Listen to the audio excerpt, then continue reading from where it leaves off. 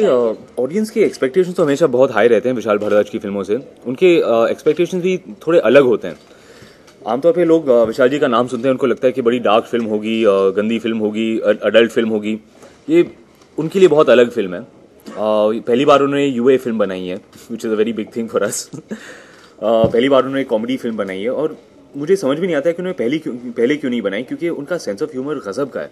Is a very very funny, very witty person. लेकिन उनका sense of humour मेरे sense of humour से काफ़ी मिलता है। Very sarcastic, very very straight face.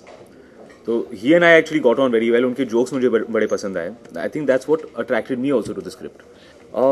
बहुत बहुत मुश्किल काम था। I can't lie about that and say कि मेरे लिए बड़ा आसान था। बहुत मेहनत करनी पड़ी, लेकिन मुझे बहुत मज़ा भी आया, क्योंकि अपनी करियर में पहली बार मुझे ऐसा मौका मिला है कि मैं कुछ इतना अलग करके दिखाऊं। 3 महीने तक मैंने प्रेपरेशंस किए। मैं दिल्ली चला गया और वहाँ जो दिल्ली के रहने वाले उन्हें ज़रूर एक्ट 1 और एनके शर्मा का नाम सुना होगा। तो I joined act 1। I train with NK Sharma और हमें सिर्फ भाषा सीखनी नहीं पड़ी।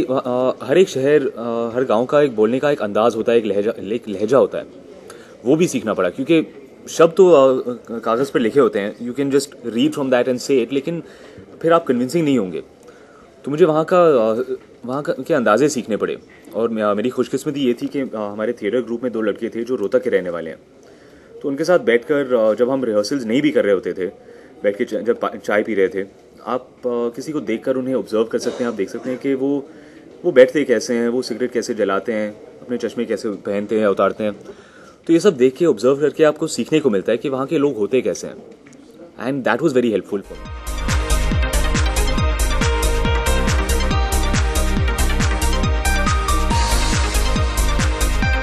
सेलिब्रेशन होगा 10 तारीख को, मेरी शादी की एनिवर्सरी है। पता नहीं, देखते हैं। इस वक्त तो रिलीज की तैयारियां चल रही हैं, तो all of my focus, all of my energy is there. जब तक फिल्म रिलीज नहीं होती है मुझे कुछ पता नहीं क्या होने वाला है। I am hoping that there will be a triple celebration या फिर उससे भी बड़ी सेलिब्रेशन। Let's hope. नहीं, बिल्कुल नहीं।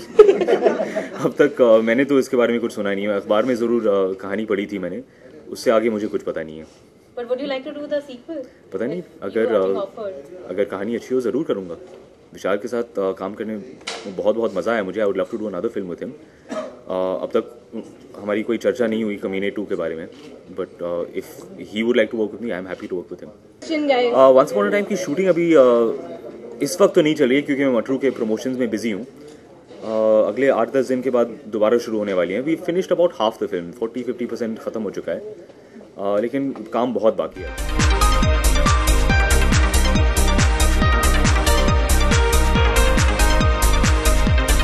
ये है कि लोग इस मामले को लेकर बहुत छोटा सोच रहे हैं। जो पुलिस वाले हैं, जो पॉलिटिशियंस वगैरह हैं, उनका अक्सर ये कहना होता है कि भाई हमने रेपिस्ट को पकड़ लिया है तो काम ख़त्म हो गया है ना। लेकिन बात ये नहीं है। They are trying to make it a very small issue. The issue is much larger. Issue is not only this one case. The issue is about every woman being safe. It is about having proper laws in place. It is about being able to ensure that every person, if it is a woman or it is a man, that they are correctly protected, that we feel secure, that we can trust the police force, that we can trust the government to protect us. लोग अगर इतना छोटा सोचेंगे तो फिर हमारा काम बिल्कुल नहीं होगा. The problem is not about catching one person and punishing them. बात इतनी आसानी से ख़त्म नहीं होने वाली है. लोगों को एजुकेट करना बहुत ज़रूरी है. It is important for all of us to change the way that we think.